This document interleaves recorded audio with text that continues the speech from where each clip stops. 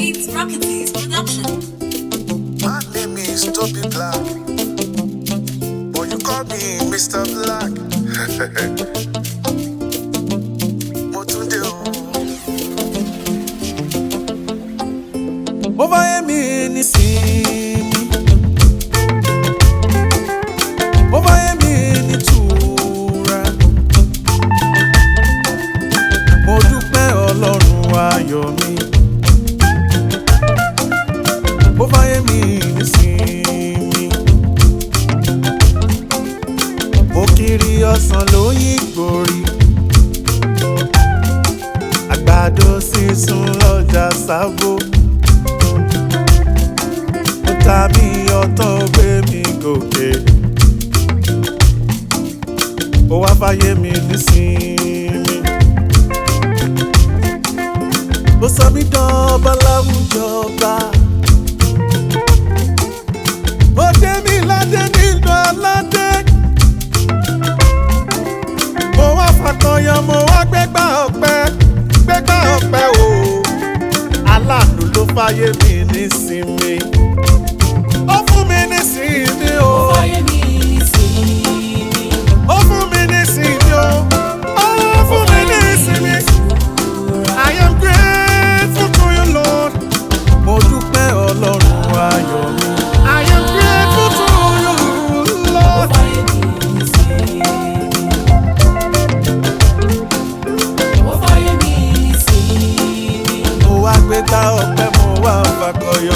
Ó fáyé mi nítura. You've given me peace. Mo dúpẹ́ Ọlọ́run ayọ̀ mi.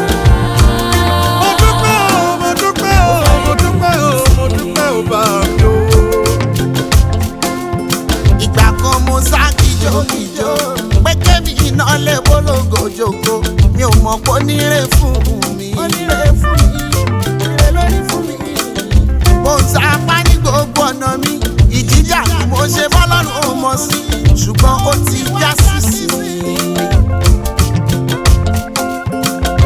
Okùn ti já ẹyẹ ti fò lọ, afárá tó já adúgbò mi fò lọ, mo wá jáde ọ̀gá.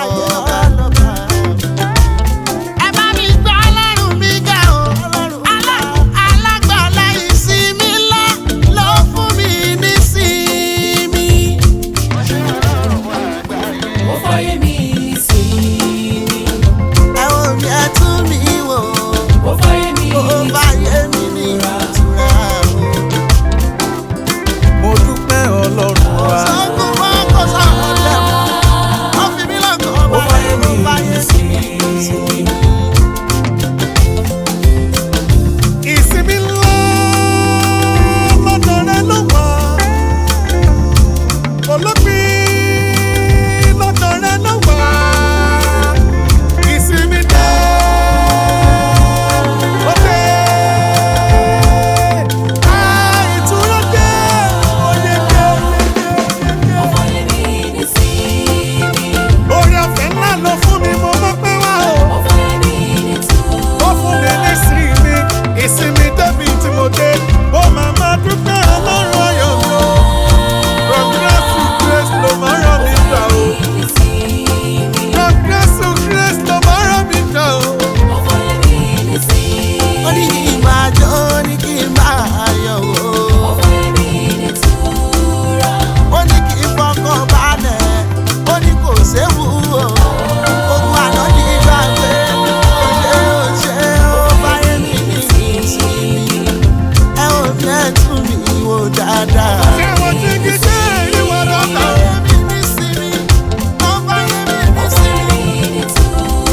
Èbé mi lẹ́lẹ́bàdàn tọ́lọ́ wá sọ